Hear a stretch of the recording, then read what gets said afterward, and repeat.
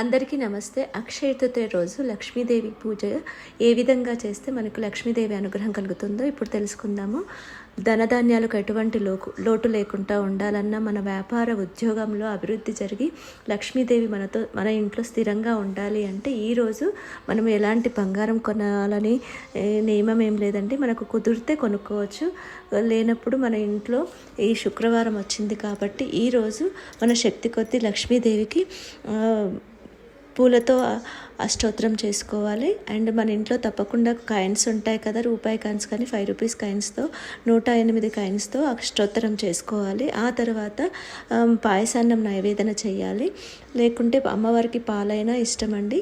ఆవు పాలు నైవేదన చేసేసి ఈరోజు మనకు కుదిరినంత వరకు దాన ధర్మాలు చేస్తే ఈరోజు ఎలాంటి పూజ చేసినా కూడా మనకు 100 రెట్ల ఫలితాన్ని ఇస్తుంది. కాబట్టి మీకు కుదిరినంత వరకు పూజ చేసుకోండి. ఆ లక్ష్మీదేవి అనుగ్రహం పొందుతాం. శ్రీమాత్రే నమః.